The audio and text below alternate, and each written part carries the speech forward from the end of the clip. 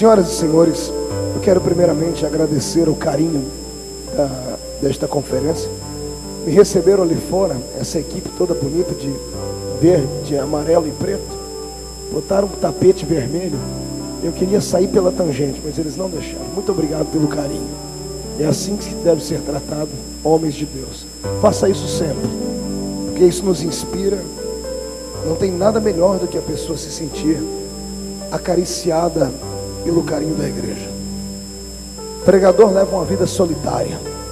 Embora a gente viva entre multidões, a gente termina todo dia sozinho. Sozinho mesmo. Os quartos de hotéis às vezes são um transtorno. Parece uma prisão, parece uma ilha de Patmos. Mas eu não estou reclamando. Quem colocou a mão na obra não pode olhar para trás. Não é verdade? E já que esse é um encontro de líderes, eu não sei se você está preparado para ouvir o que eu tenho para falar agora. Eu sei que algumas pessoas depois desta manhã vão desistir da chamada que tem. Vão pegar a sua enxada e aposentá-la. Vão pegar a sua Bíblia e deixar ela lá na estante apenas como um símbolo de algo que um dia foi para ele uma inspiração. Em compensação, outros vão sair daqui nesta manhã com tanta certeza da sua chamada que não vão nem para casa, vão passar num terreiro de macumba antes. Pastor, para quê? Para fazer um trabalho? Não.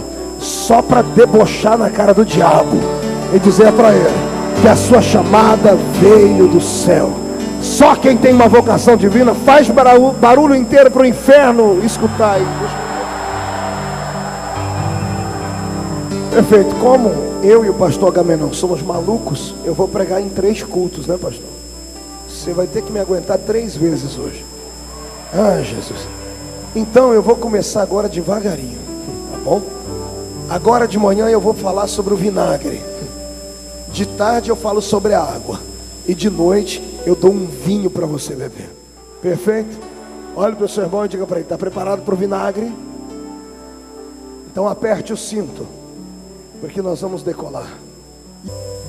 Eu li Deuteronômio 34, um dos textos mais tristes da Bíblia Sagrada. Um texto tão triste que eu tenho que pregar ele em dó menor aqui. Um texto que parece que o Senhor que fez os céus e a terra é injusto. Um texto que vai dar dor nas suas almas, vai fazer você ficar contraído de emoção. A história de um homem que, quando viveu na terra, foi maior e melhor do que todos os homens. Seu nome era Moisés. A história de Moisés é linda, cheia de altos e baixos. A vida dele inspirou tanta gente pelo mundo que acabou virando filme em Hollywood. A vida dele foi tão consagrada que os judeus até o dia de hoje, alguns batem no peito e dizem: não há profeta como ele, não se levantou ninguém depois dele. Aliás, a Bíblia Sagrada dá uma brecha para a gente quase crer nisso. E não houve nenhum homem na terra que tivesse tanta intimidade com Deus, com quem Deus falasse cara a cara. Moisés foi um desses seres que nasce de 1000 em 1000 anos, que era feito de carne e osso como eu e você, mas que tinha uma centelha divina dentro da alma dele, que fazia ele ficar gigante de vez em quando. A história dele é muito triste. Ele não começa a sofrer com 40 anos, quando ele descobre que é filho de uma judia. Ele não começa a sofrer aos 80 anos, quando ele vê a sarça ardendo. Ele não começa a sofrer com 120 anos, quando ele morreu. Ele começa a sofrer quando ele era apenas uma sementinha, quando ele foi plantado dentro do ventre da mãe dele. Naquela época, Faraó havia decretado uma lei marcial: ninguém do sexo masculino vai nascer entre os hebreus e viver. Ele foi oprimido no ventre da sua mãe, sofreu rejeições psicológicas, porque nenhuma mãe, nenhum pai queria ter um filho naquela época, porque sabia que se o menino nascesse, deveria morrer. Imagine você sendo gerado no ventre da sua mãe, e a sua mãe e o seu pai profeticamente colocando a mão na barriga, dizendo assim: vai ser uma bela menina, uma menina dos olhos cor de jabuticaba, da pele toda bronzeada e do cabelo alourado. Vai ser uma menina. Eu imagino a mãe e o pai profeticamente dizendo, para fugir da ira de Faraó: qual nome daremos a ela? Sara? Miriam 2? Que nome daremos a ela? Ruth? E de repente, 9 meses depois, não nasce uma menina. nasce um menino. Nasceu numa fase tão desgraçada que, como o pai e a mãe esperavam vir uma menina, eles não tinham nome para colocar nele. Você já leu isso na Bíblia? Ele ficou 3 meses com a mãe e com o pai e ninguém colocou nome nele. Pergunte para a pessoa do seu lado: por quê? Por que, pastor Agamenon? Por quê? Como é que um pai e uma mãe têm um bebezinho, que é a coisa mais esperada do casal, e não colocam o nome no filho? Antes dos meus filhos nascerem, nós já tínhamos dado 5 nomes para cada um deles. Acredito que com você foi assim também. Ele foi o único menino que nasceu no mundo e o pai e a mãe não tinham um nome para dar para ele. Por quê? Quer ouvir? Porque nem a mãe e o pai sabiam, ou melhor, acreditavam que ele iria nascer. Porque eles oraram 9 meses pedindo uma menina, porque se viesse menino ia morrer. Eles acreditavam que Deus iria ouvi-los, mas Deus não ouviu a oração deles, graças a Deus. Aí veio o menino, e como veio o menino, eles ficaram embasbacados. Para a menina já tinha um bercinho preparado, as roupinhas rosas, e ela iria dar continuidade na família. O menino teve que ser escondido. Sendo escondido, ele foi maltratado. Não podia chorar, porque se chorasse, alguém ouviria o choro de uma criança, soldados entrariam dentro da tenda, descobririam que o menino estava vivo. Não morreria só ele, morreria ele, os irmãos, o pai e a mãe. Imagine você uma criança, toda vez que resolve chorar, alguém vai e tapa a boca dela. O choro é a linguagem da criança, e só mãe interpreta o choro da criança. A mãe sabe quando o choro é de fome, quando o choro é de dor, quando o choro é de birra. Mas ele não podia se expressar, porque quando chorava, alguém tapava a sua boca. Não bastasse isso, todo ser vivo precisa da luz do sol. Concorda comigo? Até as plantas, os animais. Os animais mais berrantes do universo estão nas profundezas do oceano. Seres esquisitos. Animais que quando passam lá no Planet Animal, naqueles canais por assinatura, ou no Discovery Channel, você olha e diz assim: meu Deus, são aberrações, são monstros. E a ciência explica, eles são deformados porque moram nas profundezas do mar. Lá não chega luz e não chega calor. Tudo que não tem luz e não tem calor cresce deformado. Imagine ele, como criança, não podia tomar um banho de sol como eu e você tomamos quando criança, para que nós não tivéssemos aquela infecção na pele chamada tirícia. Imagine que ele não podia ver a luz do sol, ficava envolto em panos, trancado dentro da tenda. A mãe, com as suas entranhas dilaceradas, ainda tinha que ir trabalhar, fazer tijolos. Era escrava. O pai era escravo. A mãe e o pai deles eram o quê? Escravo come bem? Come carne assada? Bebe leite? Escravo come iguarias? Escravo come o quê? Pepino, cebola e alho. Uma mulher que trabalha o dia inteiro no sol, comendo pepino, cebola e alho, que tipo de leite ela vai ter para sua criança beber? O menino não tinha leite para beber. Eu imagino que as mamas de Joquebede eram murchas. Você já viu uma mãe querendo dar leite para o seu filho e ela não ter? Eu já. Eu passei pelo continente africano pregando lá por um bom tempo. Eu chorei muito, emagreci 8 quilos em 20 dias. De ver crianças na igreja desnutridas, com a barriga desse tamanho, pura pele e osso. E a mãe querendo dar leite para a criança e não ter, porque as suas mamas eram murchas e caídas, porque era mal alimentada. Agora imagine você, uma criança que não podia chorar, não podia ver a luz do sol. E eu não sei o que é que ele bebia, se era a mesma comida que a mãe tinha, uma espécie de lavagem. Por isso não colocaram o nome nele, porque sabiam que ele ia morrer. O círculo natural da existência dizia que ele ia morrer. Criança que não pode chorar, que não se alimenta direito e não vê o brilho do sol, ela vai definhar e morrer. Concorda comigo? Por isso ninguém colocou o nome nele. Para que você vai colocar nome numa coisa que você vai perder ela? O nome aliena a vida da pessoa sua. Quando você coloca nome em uma coisa, você passa a ser íntimo e passa a ter saudades.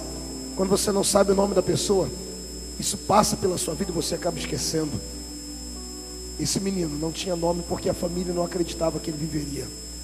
3 meses depois, era para ele estar definhando e morrendo. Aí entra a intervenção daquele que fez os céus e a terra. A Bíblia diz: e 3 meses depois, o menino está bonito, forte, formoso, sorridente, fazendo barulho, gritando, chorando, nhé, voar, sniff, sei lá o que criança faz. Eu sei que ninguém conseguia segurar ele. E a mãe olha e diz: por que ele não morre? E o pai diz: olha, nós servimos a um Deus que ele tem poder dos céus e na terra, e que quando ele quer, as coisas saem do jeito que ele quer.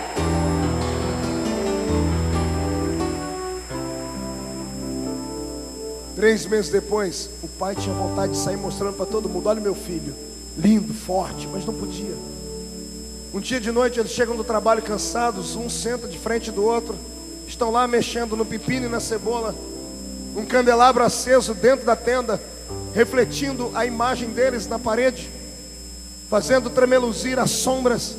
A mãe não consegue comer, o pai também não, as lágrimas estão misturando com a comida, e os dois têm que tomar uma decisão. E a decisão é essa. Eu imagino o marido puxando a conversa: Joquebede, é ele ou a gente? Mas Zanrão, ele é tão bonitinho. É bonitinho, mas não podia ter nascido. Ele está crescendo, não tem mais como segurar esse menino. Vão descobrir que ele está aqui. Temos que escolher entre ele e entre os outros 2 filhos. Ou morre ele agora, ou morre todo mundo depois. Já pensou você, pai, ter que escolher um filho entre os 3 para morrer ou para viver? Uma situação macabra. Eles têm um consenso. O bebezinho é mais novo. Fazem um cesto, colocam ele nas águas do rio Nilo, porque era assim que as egípcias faziam quando queriam sacrificar aos deuses e aplacar a ira deles. Joquebede faz exatamente o que as egípcias faziam.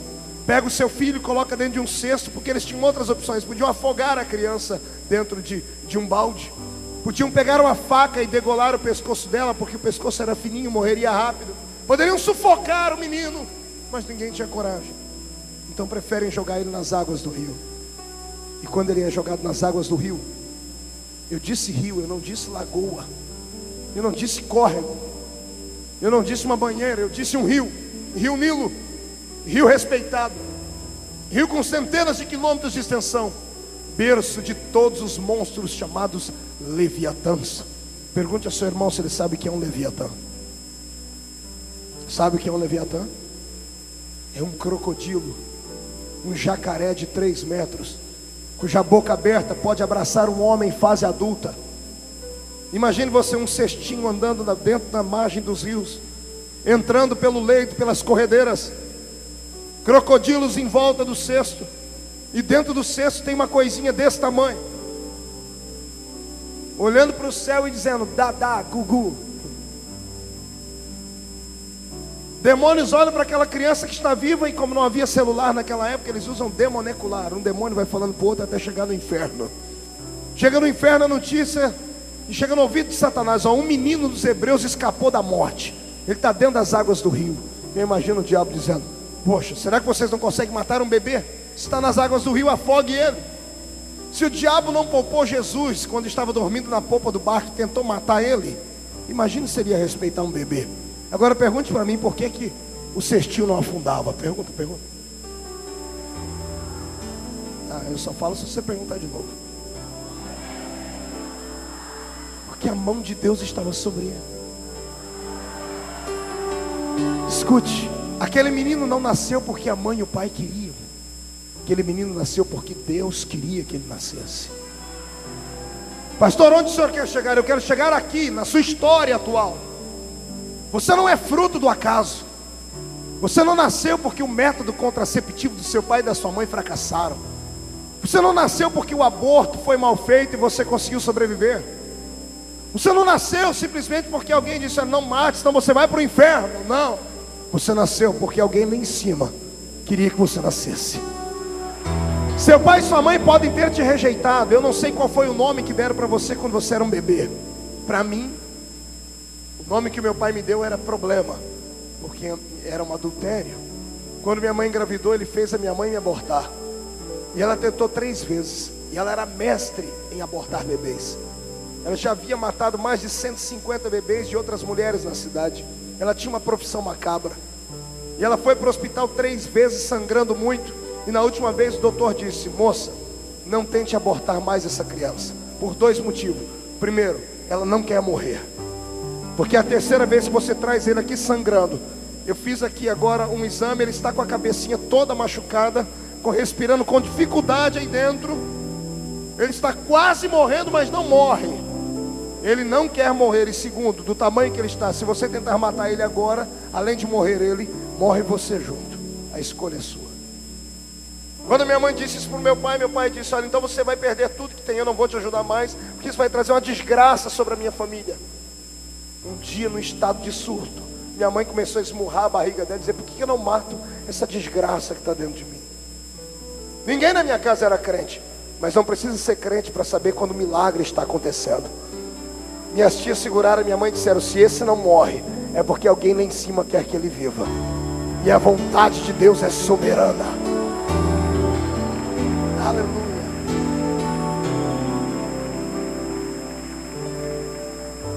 O meu pai me via como um veículo de destruir o casamento, o futuro dele e o nome que ele tinha na cidade. Como é que o seu pai e a sua mãe te viam quando você nasceu? Um bebezinho que nasceu fora do tempo, prematuro, nasceu carregado de doenças. Quantos meses você ficou dentro de uma estufa?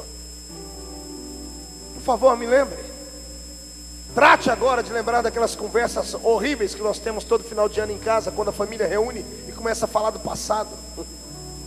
Lembra da sua mãe dizendo assim: olha, quando você era um bebezinho, você teve uma pneumonia dupla. Quando você era bebê, você era assim, assim, assado. Você teve um retardamento mental.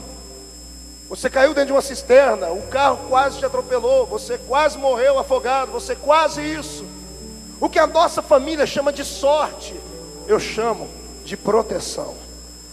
Porque a sua família diz assim: você é a obra do acaso. Eu digo que eu sou projeto de Deus. Meu pai e minha mãe foram apenas mordomos para cuidar da minha vida. O meu dono está acima das nuvens, assentado em um alto e sublime trono. E nesta manhã ele mandou eu vir aqui dizer só isso para você: você não é um verme, você não é um lixo, como as pessoas falaram para você. Você não nasceu para ser só um pedaço de carne que ia passar por esta vida sofrendo na área amorosa, sofrendo de forma financeira, nunca se estabelecendo na existência. Não, você é muito mais do que isso que está aí agora. Eu aqui vejo só carne e osso, mas quando Deus olha aqui para esta manhã, Ele não vê carne e osso, Ele vê brasas de fogo tiradas do seu altar para impactar o estado da Bahia. Quem acredita no que eu estou dizendo, por gentileza, dê um grito para que esses demônios que te atormentam batam em retirada agora.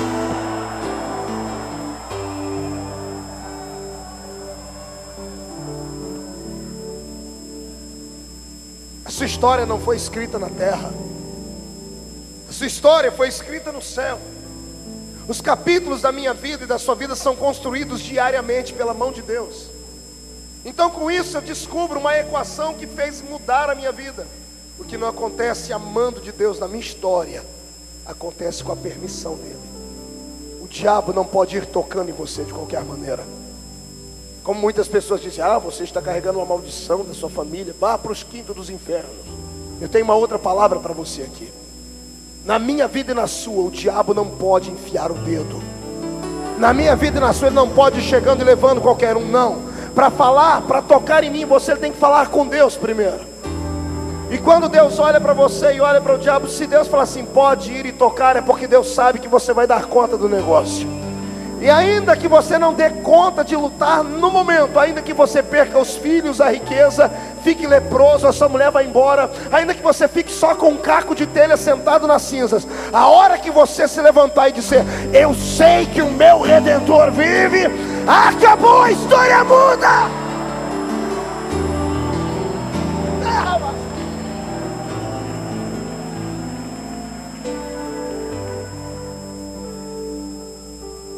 Você tem 2 opções depois deste seminário: voltar para casa só dizer: poxa, eu ouvi tantas palavras bonitas, tantos oradores que sabem tão bem empregar os vernáculos.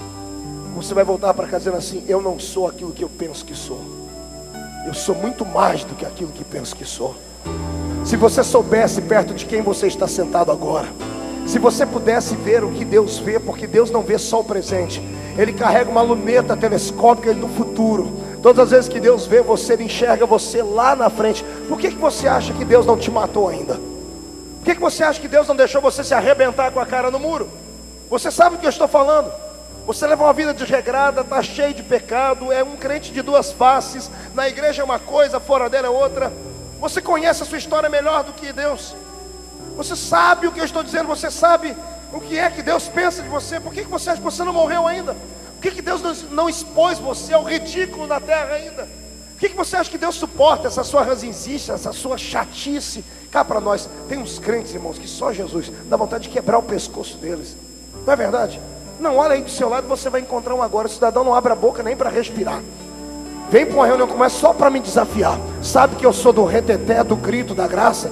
Ele senta na minha frente e trava a boca e fica mascando a desgraça de um chiclete ainda, só para me irritar. Ei, infeliz, eu não tenho medo de cara feia. Escute, a tua sorte é que eu não sou Deus.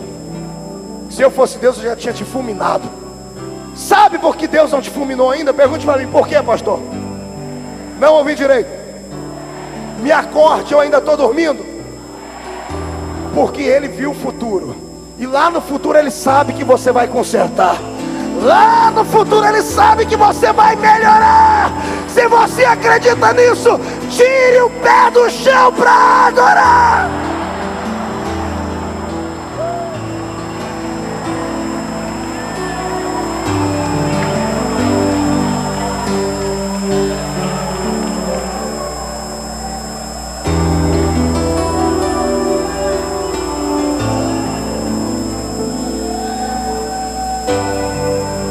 Ei, esse menino sofreu tanto que depois de escapar do rio, ele foi parar dentro do palácio de Faraó. Pastor, mas morar no palácio é bom. É bom até você descobrir que toda a comida que você come no palácio, que toda a roupa que você veste dentro do palácio, que todo o luxo que você tem lá dentro, custou o sangue da sua mãe do seu pai, trabalhando debaixo do sol para sustentar a opulência do reino do egípcio. É bom morar dentro do palácio até descobrir que tudo que você tem lá de bom custou o sangue dos seus irmãos, que viveram uma vida de escravos por 430 anos numa terra maldita. Com 40 anos de idade ele descobre de onde vinha toda a riqueza. Ele se revolta. Ele tenta fazer justiça com as mãos. Mata um homem e sepulta ele na areia. De herdeiro do trono a assassino. Vai acompanhando a história dele. Fugiu do Egito para não ser preso. Passou 40 anos no deserto. A pele bonita e bronzeada do Egito, onde ele tomava banho em sais minerais, tomava banho dentro da banheira de hidromassagem de Faraó, e tinha massagistas à sua disposição. Agora está negra e queimada pela pele do deserto, pelo sol do deserto. A barba cobriu seu rosto. Casa com uma moça, uma camponesa, filha de um homem que cuidava de ovelhas. E ele que teve faculdades no Egito, que sabia tudo de astronomia, agora passa a ser pastor de ovelhas. Ele tem 80 anos de idade. Quantos anos? É muito tempo. Um dia, pegue a geografia bíblica e você vai ficar louco como eu fiquei. Ele pega as ovelhas e vai pastorear as ovelhas em cima do monte. E eu comecei a pensar, mas monte não tem capim, não tem grama. O que Moisés vai fazer em cima do monte com ovelha? Posso dizer o que eu penso? Ele estava igual você, cansado do silêncio de Deus, cansado de olhar para trás e ver que a vida foi uma desgraça, e que nada do que ele fez parece ter tido sentido. Ele olhava para trás e só via tristeza. Ele conheceu a sua história do menino que foi rejeitado no ventre, que passou 3 meses sem nome, que caiu dentro das águas do rio, que foi criado pelo povo, que destruiu a sua família, a sua nação, que virou assassino, que virou sendo perseguido, que passou a ser de doutor em algum tipo de matéria na Universidade do Egito, passou a ser pastor de ovelhas. Tem 80 anos de idade, a vida dele parece não ter sentido. Ele está em cima do monte para dar cabo na sua vida. Eu não duvido que ele tenha ido lá para se matar. Eu não duvido que debaixo da roupa de Moisés havia um cutelo, uma faca, desgostoso da existência. Porque todas as crises existenciais levam a pessoa a uma depressão. E a depressão leva a pessoa ao desejo de deixar de viver. Quando ele está lá em cima e as ovelhas lá perambulando pelo meio do monte, quando ele pega essa faca, imagina, quando ele olha para ela e começa a lembrar do seu passado, a vida passa como em uma tela de cinema, como está acontecendo com você agora. Uma vontade de chorar incontrolável vem, porque a vida de todos os seus amigos deram certo. Todo mundo na sua família acertou a mão, e só você que não. Você é o patinho feio da família. Você é a ovelha negra da história. Tanto é que precisou procurar apoio numa igreja evangélica. Deus levou ele no limite. E quando ele está lá no limite, antes dele fazer uma besteira, Deus olha e diz: está na hora de eu mostrar para ele porque é que ele nasceu. Na frente dele tem um capim seco, uma sarça, e levanta um fogo no meio da sarça. Quando ele olha para aquilo, ele acha que é uma visão do deserto. Ele enxuga os olhos, ele olha e a chama está lá, e a sarça não se derrete, não vira cinza.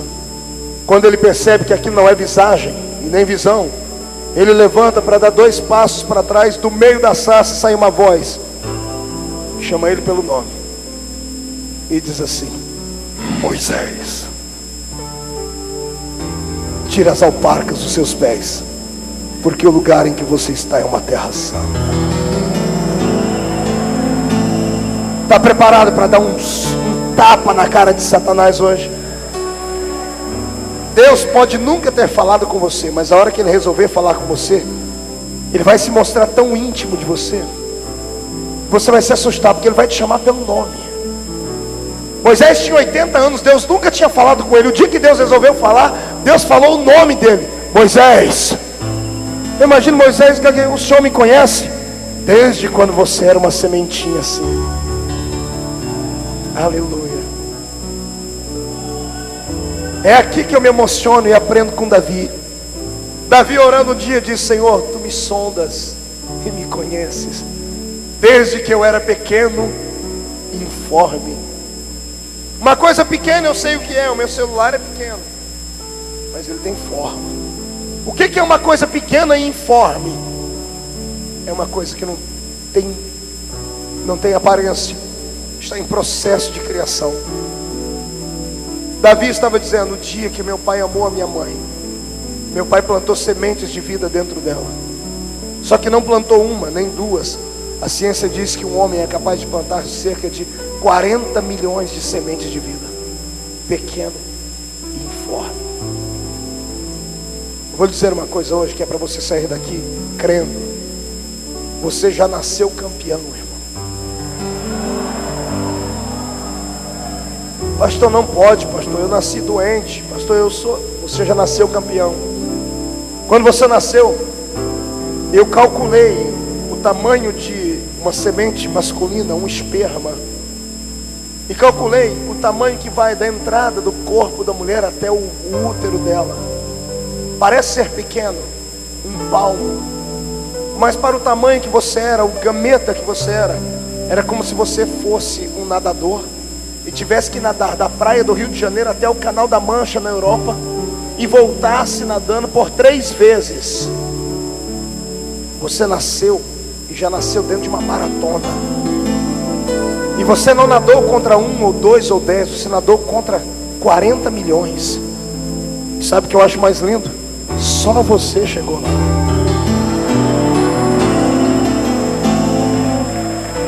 Só você chegou lá.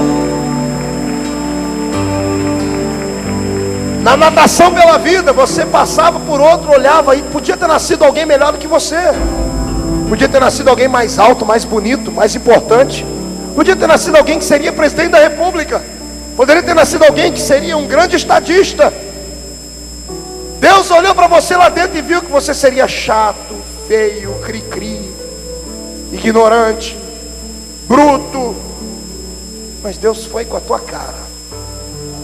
Deus olhou e disse: não, quem vai nascer é você. Eu vou te dar uma ajudazinha, vai. Nasce você. Nasce você, porque eu sou um Deus que amo desafios. Eu gosto de pegar o que é lixo e transformar em luxo.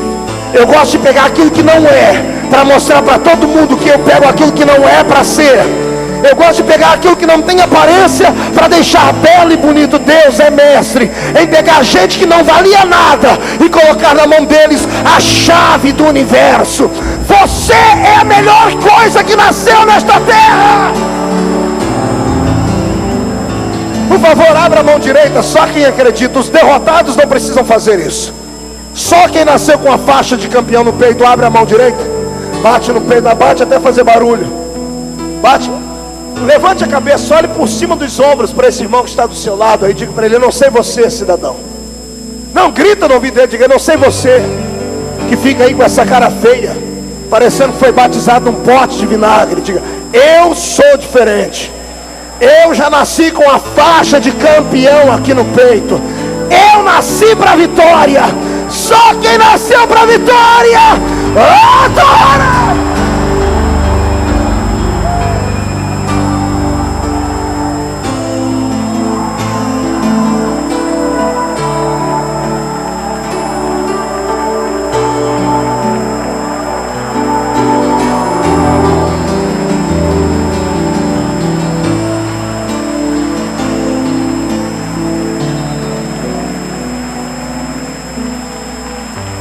Hein?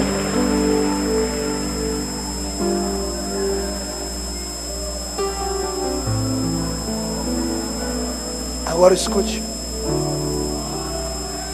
Existem homens e homens, mulheres e mulheres. Alguns nasceram apenas para ser influenciados. Outros nasceram para influenciar. Uns nasceram para ser seguidores. Outros nasceram para ser seguidos. Uns nasceram para compor a história da humanidade. Outros para mudar a história da humanidade. O segundo grupo sempre sofrerá. Eu não conheço um homem de Deus, uma mulher de Deus de sucesso, que não traga no seu corpo, pastor Agamenon, as cicatrizes das dores, da rejeição, do sofrimento, da angústia, da solidão. Quando eu leio a história de Moisés, eu me emociono. É claro que eu amo ver as partes boas. Quem é que não queria ser como ele? Já pensou você dar conselhos para Deus e Deus parar, ouvir e falar: você tem razão? Você já parou para entender isso? Deus fala: Moisés, eu vou destruir todo mundo. Moisés fala: Senhor, se eu fosse o Senhor, eu não fazia isso. Se o Senhor matar, o que as pessoas vão dizer? Deus coça a cabeça e diz: você tem razão, vou destruir mais ninguém não. Obrigado, Moisés, você me deu um bom conselho. Ei, a criatura dando conselho para o Criador. Ele era tão simples que tudo na mão dele virava arma. O povo estava brigando lá embaixo. Quando ele levantava as mãos dele, lembra quando você era criança e assistia aqueles filmes japoneses do Jaspion, Spectreman, robô gigante? Quando ele estendia a mão assim, saía raios. Moisés tinha um negócio desse. O povo estava brigando. Quando ele levantava a mão, o povo vencia a batalha. Quando ele abaixava, o povo perdia. Teve alguém que vinha levantar os braços dele, saía alguma coisa da mão dele. Era um homem anormal. Deus disse: ninguém me vê e vive. Um dia ele subiu no monte. Quando Deus acabou de dar para ele as revelações, o Senhor disse: pode descer. Ele disse: desço nada. Desce. Não desço. Eu só desço se eu te ver. Mas quem me vê morre, Moisés. Depois o Senhor me ressuscita. Eu só quero descer daqui depois que eu te ver. Aí, como uma criança birrenta, ele fica lá batendo o pé. Eu só saio daqui depois que eu te ver. Só saio daqui depois que eu te ver. Deus olhou: tá bom, menino, só que você vai me ver de costa. Ele disse: não tem problema, o que importa é que eu te veja. Ele viu Deus de costa. Quando ele desceu do monte, ninguém conseguiu olhar para ele, porque a glória que estava em Deus passou para ele. Ele ficou tão perto de Deus que ficou parecido com Deus. Já imaginou um homem desse? É linda essas histórias, olha. Mas o último capítulo da vida dele é triste. Pegou o lenço aí? Quem tem lenço aí? Deixa eu ver. Levante o lenço, levante. Fala para o seu irmão, aprenda a trazer lenço para os cultos, viu? Toalhinha, pode se serve. Olhe para cá. O último dia da vida dele na terra. Ele tem 120 anos. Ele acorda de manhãzinha, às 6 da manhã. Eu acredito que ele acordava antes de todo mundo, para ir lá na porta da tenda e pegar o maná, que o maná caía do céu. E eles tinham horário para pegar, senão o maná apodrecia. Ele acorda para pegar o café da manhã, e quando ele sai na porta da tenda, ele escuta lá do céu uma voz assim: Moisés. Sim, senhor. Moisés, preciso conversar com você urgente. Pode falar, pai. Aí não, vem aqui para o meu escritório. Aí, senhor, aqui. Aí no cume do Pisga? Senhor, mas eu não sou mais o garotão de 80 anos que conseguia subir isso aqui em 6 horas. Vou demorar umas 8 horas. Sem problema, Moisés, eu te espero, vem. Senhor, posso levar Josué comigo? Não. Posso levar Ur comigo? Não. É uma conversa particular, só nós dois. Ele sobe o monte. Cada vez que ele vai subindo, ele vai olhando para trás e vai vendo as barraquinhas ficando para trás. As 12 tribos esparramadas, Carlos. Ele vai olhando pela última vez os filhos que ele gerou. Quando ele chega lá em cima do monte, o vento está soprando.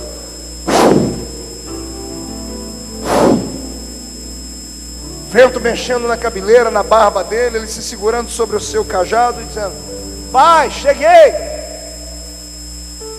E a Shekinah vem por cima dele, o carro de Deus.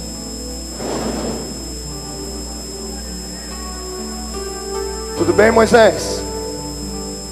Vou levando, pai. Isso parece que está triste, filho. O que o senhor queria? 40 anos no deserto.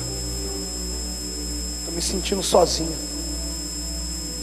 Sozinho, filho. Você tem quase 3 milhões de pessoas do seu lado. Pai, eu já enterrei minha irmã. Já enterrei meu irmão. Enterrei meus amigos. Dos que saíram do Egito comigo, só tem 2 aqui, Josué e Caleb.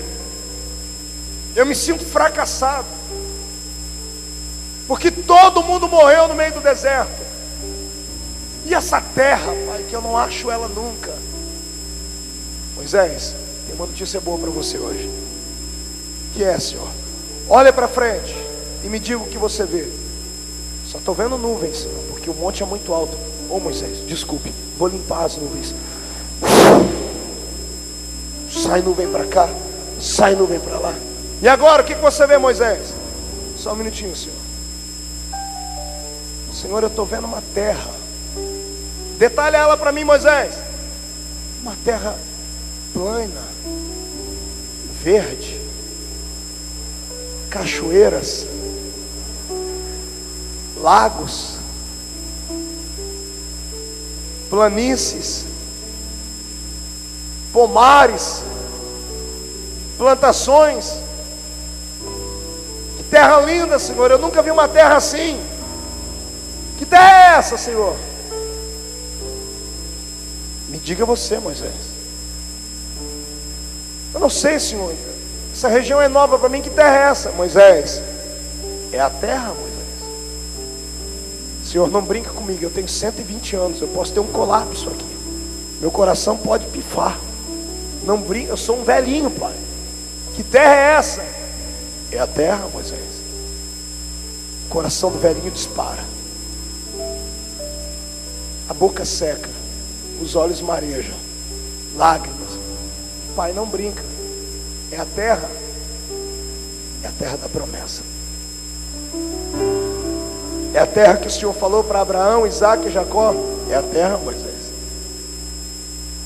O sorriso vai nascendo nos lábios dele. Pai, obrigado. O Senhor é um Deus que cumpre as suas promessas. Pai, dá licença, eu preciso descer. São 8 horas para descer. Eu tenho que descer e preparar todo mundo que eu vou pedir para os levitas vestirem roupinha branca, os sacerdotes prepararem uma buzina para tocarem a trombeta, os soldados para polirem as espadas, as mulheres prepararem uma dança, como aprenderam com a minha irmã quando atravessaram o Mar Vermelho. Pai, eu preciso de um hino. Pai, o que o senhor acha daquele hino que Miriam ensinou a gente lá na beira do rio, do Mar Vermelho? Aquele, só o Senhor é Deus. É bonito aquele hino? Posso preparar o povo? Posso descer, Senhor? E o Senhor: não, Moisés, ainda não. Por que, Senhor? Calma, Moisés, você passou 40 anos, fica um pouquinho comigo. O que você vai fazer na terra, Moisés? O que você vai fazer quando chegar lá? Eu imagino Moisés dizendo: Senhor, eu lutei por essa terra, eu vou escolher um lugarzinho, vou mandar fazer uma casa para mim, vou pegar os artífices de Israel, mandar eles fazerem uma cadeirinha de balanço, pegar os meus netinhos, arrumar uma vara de pescar, quero ir naquele rio, naquela lagoa, pescar bastante, quero ver os meus filhos se darem bem na vida, os meus netos crescerem, e eu, Senhor, curti todos os amigos que os velhos têm: artrite, artrose, osteoporose, reumatismo, catarata, bico de papagaio. Posso descer, Senhor? Não, Moisés. Abra o parênteses. Quando você fica muito íntimo de uma pessoa, você sabe tudo que ela pensa. Você sabe o que significa o silêncio dela. Você sabe quando ela está mentindo, quando ela está omitindo. Moisés conhecia Deus há muito tempo. Ele sabia que tinha alguma coisa errada. Senhor, posso descer? Não, Moisés. Moisés, sim, Senhor. Abra os braços. Já abri, Senhor. Fecha os olhos. Já fechei, Senhor. E agora? Moisés. A mão de Deus sai do céu, atravessa a nuvem e aponta para o coração dele. Moisés, sim, Senhor. Morre!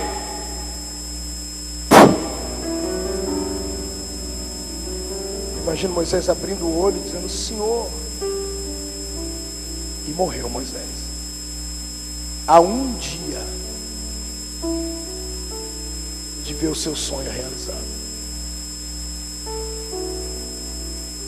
E morreu Moisés com a visão do milagre, mas não pôde experimentar o milagre.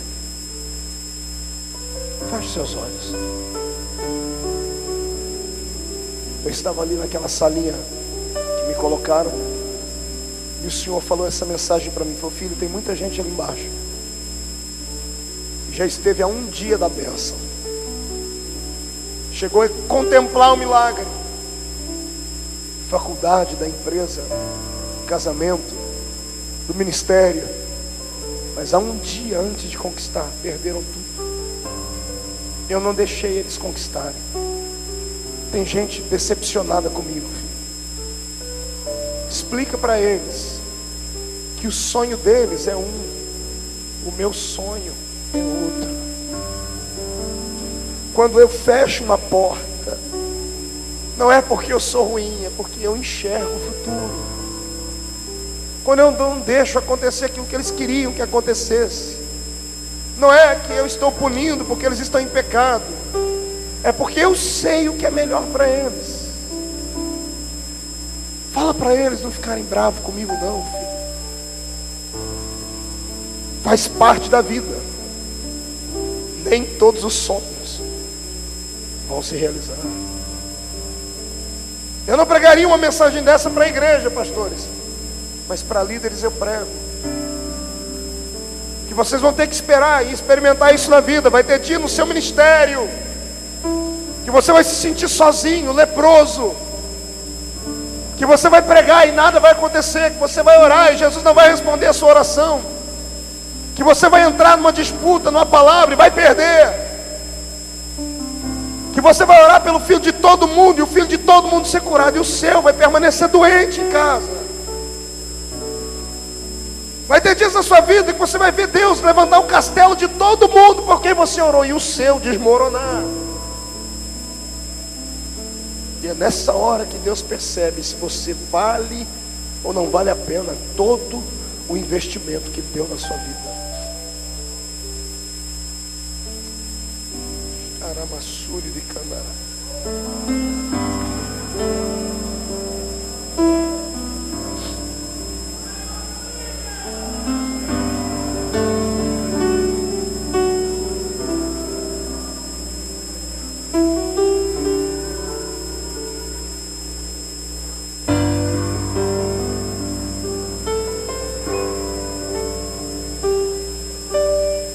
Por que Deus fica em silêncio? Olhe para mim.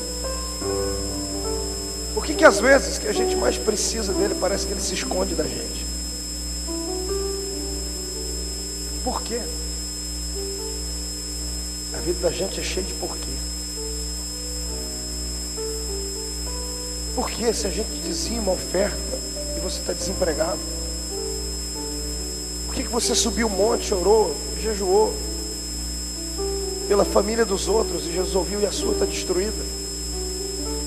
Tem coisas na vida que nós nunca vamos ter resposta. Às vezes parece que Deus é injusto, mas não é. A vida de quem tem uma chamada, ela é cercada por calabouços, cisternas, humilhações, palavras malditas, calúnias. Faz parte da história. Quem não passa por isso não pode enfrentar do outro lado o gozo da vitória. Tenha caráter hoje, tenha hombridade, suporta. Está caído no chão, tenta levantar, sacode a poeira, dá a volta por cima e tenta de novo. Pastor, eu fui, pastor, mas eu bati com a cara no muro e caí. Pelo menos você foi. Jesus tinha 12 discípulos. No dia que ele andou no meio da tempestade, só um teve coragem de pular nas águas. Andou com Jesus, ele afundou. Quando entrou dentro do barco, estão enxugando ele. Os outros disseram: é por isso que eu não pulei nas águas. Todo mundo debochando. Pedro, toda vida, quando alguém lembrar dessa história, vai lembrar que você é o homem bully, o homem de pouca fé. Toda vez que alguém lembrar da história de você no mar com Jesus, vão lembrar que você afundou. Imagina o Pedro olhando para ele: vão lembrar que eu afundei. Mas na história do mundo, quando lembrarem de alguém que pisou nas águas e as águas pareciam asfalto, só 2 homens fizeram isso: Jesus e eu.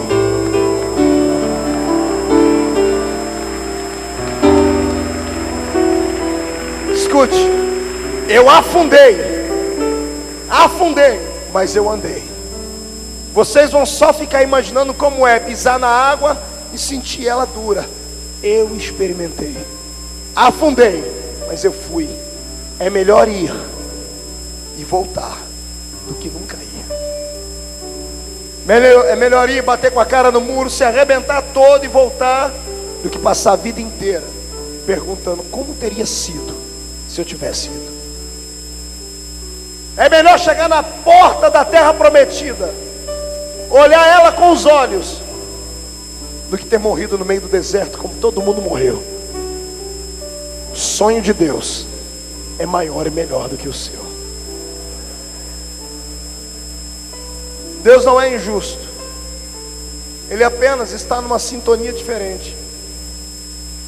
Ele sente diferente, ele enxerga diferente. Eu já estou terminando. Quando eu era criança na igreja, garota, adolescente, eu passei por uma experiência que ela me perturbou muito. Tinha uma irmã na minha igreja, mais baixinha um pouquinho, chamava Irmã Sebastiana. Uma velhinha, uma mulher santa, mãe de um monte de filhos.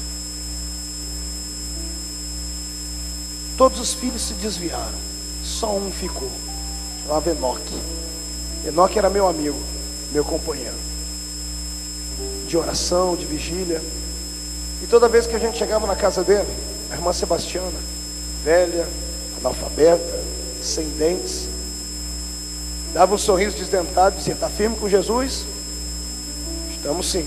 Ela fazia um bolinho de chuva, um cafezinho pra gente, sempre com carinho. Ela casou com um homem tão desgraçado, que o infeliz fundou a igreja na cidade e anos depois queimou a Bíblia. Ué, apostatou da fé, arrumou um monte de amantes. E a irmã Sebastiana sabia tudo isso e suportava. Um dia Jesus deu um presente para ela. Pergunta para mim o que é? Um câncer. O marido adúltero, desgraçado, tinha saúde. E ela, uma mulher de Deus, de oração, pegou um câncer que destruiu ela inteirinha. Nos últimos dias de vida dela, um dia fomos eu e Enoque dentro do hospital para visitá-la. Quando Enoque viu a situação da mãe dele, ele não aguentou, ele saiu de lá de dentro. Ela estava tão velha, tão magrinha, não tinha veias no corpo para tomar soro, eles davam soro no dedo do pé. A enfermeira cuidando dela disse assim: essa mulher aqui sente dores que nenhum de nós aguentaria. E um detalhe, ela não grita. Ela não grita. Eu olhei para a irmã Sebastiana e lembrei dela de pé, fazendo bolinho de chuva. Aquilo me deu uma angústia, me deu uma revolta. Eu levantei minha mão por cima dela, fiz uma oração em silêncio para não acordar ela. Quando eu estou orando, eu escutei um gemido, eu abri o olho, era ela. Ela deu um gemidozinho bem leve. Ela olhou para mim e disse: Marquinhos, é você? Eu disse: sou eu, irmã Sebastiana. Ela deu um sorriso. No meio de sorriso, ela fechou o olho, como se estivesse sentindo muita dor. E eu disse: está tudo bem, irmã Sebastiana? Eu disse: com Jesus vai tudo bem. Ela olhou para mim e disse: cadê o Enoque? Eu disse: o Enoque está ali visitando outras pessoas no quarto. Ele está firme? Está firme, irmã Sebastiana. Vocês estão orando? Estamos orando. Estão indo na igreja? Vamos, sim, senhora. Estão orando? Estão indo para as campanhas? Estamos indo. Vocês estão fazendo consagração? Então, não deixa Jesus por nada, viu? Leia a Bíblia todo dia. Eu fui lá para confortar ela, ela não deixava eu falar. Só ela que me confortava. Jesus é a única riqueza que a gente tem na vida, Marco. Nunca se afasta dele. De repente ela parou, deu outro gemidozinho. Foi: irmã Sebastiana, grita. Eu estava estudando na época. Justo aquela semana eu aprendi na escola que quando você grita, você manda uma mensagem para o cérebro, e o cérebro interrompe a dor por segundos, milésimos de segundos. É por isso que a gente grita quando sente dor. Quando a pessoa grita, já viu aquelas pessoas que lutam Kung Fu? Quando elas vão dar golpes em pedras, elas gritam muito alto. O grito interrompe a dor. Eu falei: irmã Sebastiana, grita. Grita, irmã Sebastiana. E ela fazia assim para mim: não posso. Falei: por que não? Ela disse: abaixa aqui. Coloquei o meu ouvido perto da boca dela e disse: está vendo aquela mulher ali do lado da cama, no hospital? Falei: sim. Se eu gritar, ela nunca vai acreditar no meu Deus. Ela está morrendo e está preocupada com os outros. Ela me vê orar todo dia, de manhã, de tarde, de noite. Ela já brincou comigo e falou assim: cadê seu Deus, dona?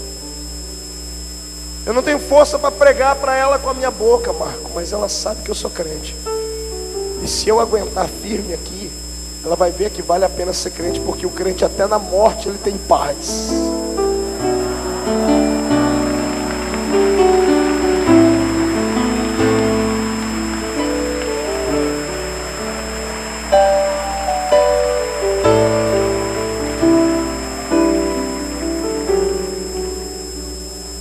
Eu saí dali achando que eu não era crente, que eu não valia nada. Aleluia. Chegou um tempo na frente, ela morreu. Vamos no velório dela. Um velório muito simples, um caixão mais barato. As irmãs do círculo de oração lá, sou assembleiano. Todo muito simples, gente com a harpa cristã em volta da tumba, cantando um hino de despedida. Estou eu saindo pelo canto e o coveiro me chama no canto, o coveiro, em cima de uma papa: moço, quem era essa mulher aí? Essa é uma irmã da minha igreja.